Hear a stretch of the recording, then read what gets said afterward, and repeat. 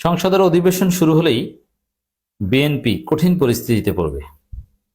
রাষ্ট্রপতি শাহাবুদ্দিন চুপ্পুকে নিয়েই একটা অনাকাঙ্ক্ষিত পরিস্থিতি তৈরি হবে, যেটা বিএনপি, তারেক রহমান, আমিরে জামাত এরা যে একটা সুন্দর বাংলাদেশের সূচনা করেছে, তাতে একটা বড় ধরনের বিঘ্ন সৃষ্টিকারী ঘটনা ঘটবে। এক্ষেত্রে বিএনপি সরকার একটা কিং কর্তব্য বিমূঢ়, কি করবে তারা বুঝে উঠতে পারছে না। এদিকে জামাত এনসিপি কঠিন চাপের মধ্যে রাখছে বিএনপি সরকারকে।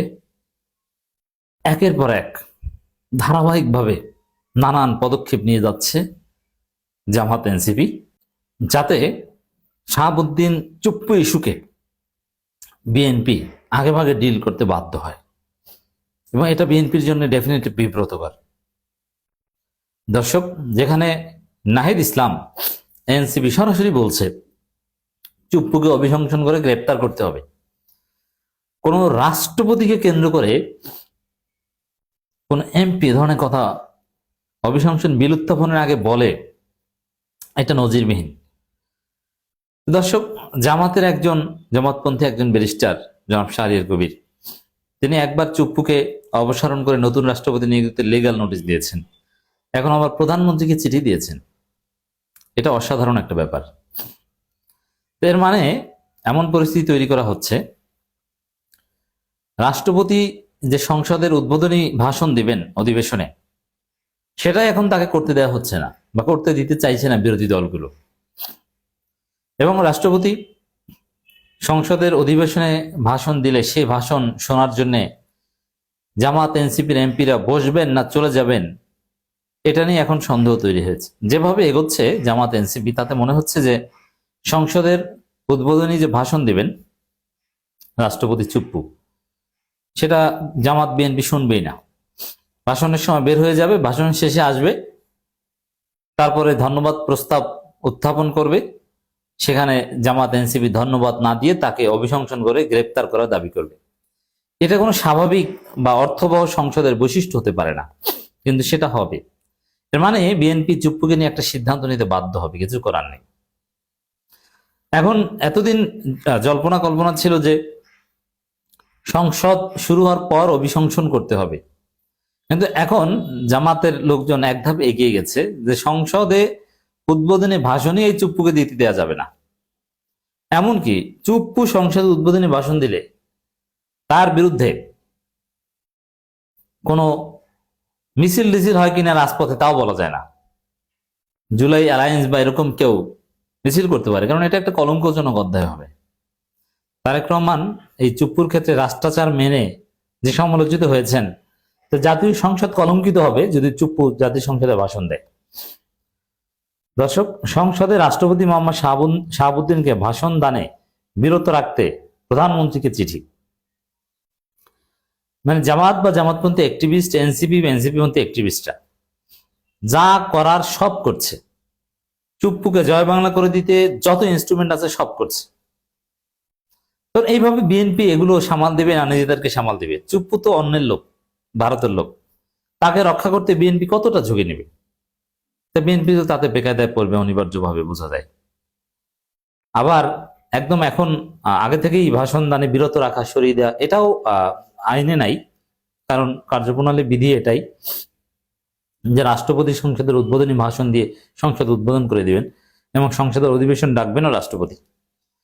সেক্ষেত্রে কোন আইনে, কোন ভাবে, যেহেতু বিএনপি কথিত সাংবিধানিক ধারাবাহিকতার কথা বলছে, যদি তারেক রহমান নিজে কোনো সংবিধান মানেন না, কারণ সংবিধানে আছে শেখ মুজিবের ছবি, জাতির জনকের ছবি তার পেছনে থাকতে হবে, আছে নাই?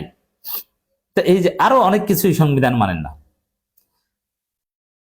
এখন কিছু কিছু জায়গায় মানেন, যেটা বিএনপি স্বার্থের জন্য লাগে সেটা মানেন, আর যেটা লাগে না সেটা মানেন না। এখন চুপ্পুকে বাদ দিয়ে কার মাধ্যমে ভাষণ দেয়াবেন? এটার সংবিধানে কোনো অল্টারনেটিভ নাই। শপথ পড়ানো, এটা একটা অল্টারনেটিভ করা গেছে, যদি ওটাও অসাংবিধানিক। এখন ভাষণটা কি প্রধান নির্বাচন কমিশনের মাধ্যমে দেয়ানো যায়? এটা কঠিন। আবার সংসদ অধিবেশন শুরু হওয়ার আগে নতুন কাউকে রাষ্ট্রপতি বানাবে, এটাও হয় না। তার মানে ওভারঅল বিএনপি একটা কঠিন পরিস্থিতিতে পড়তে যাচ্ছে রাষ্ট্রপতি শাহাবুদ্দিন চুপ্পুকে নিয়ে। সংসদ অধিবেশন শুরু হওয়ার সাথে সাথে। কোনো অঘটন ঘটলেও করতে পারে। জুলাই অভ্যুত্থানের স্পিরিট সমুন্নত রাখতে, হ্যাঁ এটা ঠিক, জুলাই অভ্যুত্থানের স্পিরিট সমুন্নত রাখতে এবং জুলাই সনদের প্রতি শ্রদ্ধা প্রদর্শনের অংশ হিসেবে এই চুপ্পুকে তাকে ভাষণ দিতে দেওয়া উচিত নয়। কিন্তু দিন শেষে চুপ্পুই ভাষণ দিবেন এটা আমরা জানি, এবং জামাত এনসিপির এমপিরা হয়তো ওয়াকআউট করবেন এবং একটা পর্যায়ে চুপ্পুকে অভিশংসন করা হবে। কিন্তু তারপরও এই যে চিঠি, এটা বিএনপি সরকারকে চাপে রাখবে, এতে কোনো সন্দেহ নাই। বিরত রাখতে প্রধানমন্ত্রী তারেক রহমান বরাবর চিঠি দিয়েছেন সুপ্রিম কোর্টের একজন আইনজীবী ব্যারিস্টার এস এম শাহরিয়ার কবিরে চিঠি দেন। এর আগে চুপ্পুকে সরিয়ে দিতে, নতুন রাষ্ট্রপতি নিয়োগ দিতে লিগ্যাল নোটিশ দিয়েছেন এই শাহরিয়ার কবির। চিঠিতে বলা হয়, রাষ্ট্রপতি মোহাম্মদ শাহাবুদ্দিন জুলাই গণঅভ্যুত্থানের সময় কোনো পদক্ষেপ নিতে ব্যর্থ হয়েছে। এছাড়া তিনি বিগত আওয়ামী লীগ সরকারের বিরুদ্ধে কোনো কার্যকর ব্যবস্থা নেননি এবং এখন অনুতপ্ত হয়ে কোনো বিবৃতি দেননি। এবং সর্বশেষ জামাত তার বিরুদ্ধে শপথ লঙ্ঘনের অভিযোগ এনেছে এবং এনসিপি তার গ্রেপ্তারের দাবি জানিয়েছে। তাহলে এরকম একজন নির্লজ্জ নিকৃষ্ট ব্যক্তি জাতীয় সংসদে ভাষণ দিবে, এটা নতুন বাংলাদেশের জন্য একটা লজ্জা, কলঙ্কজনক অধ্যায় হয়ে থাকবে। এর দায় কিন্তু বিএনপির উপর। কারণ চুপ্পুকে ভাষণ দিতে দিবে কি দিবে না, না বিকল্প কিছু তৈরি করবে। কারণ সংবিধান অনুযায়ী তো দেশ চলছে না। সংসদ শুরু হওয়ার আগে সংবিধান 180 দিনের আগে কোনো সংবিধান আপনি নির্দিষ্ট করে বলতে পারবেন না।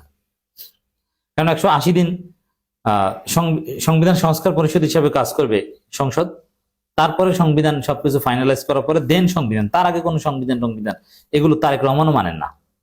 এই যে শেখ মুজিবের ছবি, এটা কি মানেন তারেক রহমান? মানেন না। অতএব এমপিদের শপথ পড়ানোর বিষয়টা যেরকম বিকল্প তৈরি করা হয়েছে, এখানে এরকম বিকল্প তৈরি করা উচিত তারেক রহমানের, কিন্তু সেটা করবেন বলে মনে হচ্ছে না। করুক বা না করুক, তাদেরকে এটা ডিল করতে হবে এবং এটা নিয়ে একটা বিব্রতকর পরিস্থিতিতে বিএনপি পড়বে। চিঠিতে বলা হয়, রাষ্ট্রপতি মোহাম্মদ শাহাবুদ্দিন 20 ফেব্রুয়ারি দৈনিক কালের কণ্ঠে সাক্ষাৎকারে রাষ্ট্রপতি কেবল জুলাই বিপ্লবের চেতনাকে অবমাননা করেননি, বরং প্রকৃত সত্যকে মিথ্যা ভাবে উপস্থাপন করেছেন। অতএব তিনি তার শপথ ভঙ্গ করেছেন এবং বাংলাদেশের রাষ্ট্রপতি হিসেবে অব্যাহত থাকার কোনো আইনি অধিকার তিনি রাখেননি। তো এইটা হচ্ছে তার জন্য একটা কঠিন পরিস্থিতি।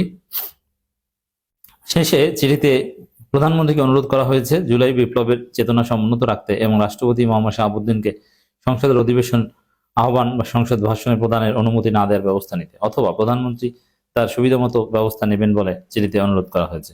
এই অনুরোধ ব্যক্তিগত নয়, জনগণের আকাঙ্ক্ষা। ঠিক আছে, কিন্তু তাহলে বিকল্প ভাষণটা কে দিবে? এরকম একটা সলিউশন যদি, যেহেতু ব্যারিস্টার শাহরিয়ার কবির একজন সংবিধান বিশেষজ্ঞ, আইনজ্ঞ, তিনি যদি দিতেন ভালো হতো। এখানে কি স্পিকার তো পরে, আগে নির্বাচিত হতে হবে। এখন প্রধান বিচারপতি তিনি সংসদে যাবেন, এটাও এরকমও তো কোনো নজির নেই। It's very tough. তাহলে যেটা করা যায়, প্রধানমন্ত্রী নিজেই ভাষণ দিবেন, আর একটু ব্যতিক্রমী নজির। তো এটা সত্যি একটা বিব্রতকর পরিস্থিতি, বিএনপি সরকারকে বেকায়দায় ফেলবে। তো এটা হচ্ছে বিএনপির অতীতের পাপের ফল, যে অতীতে চুপ্পুকে রেখে দিয়েছে।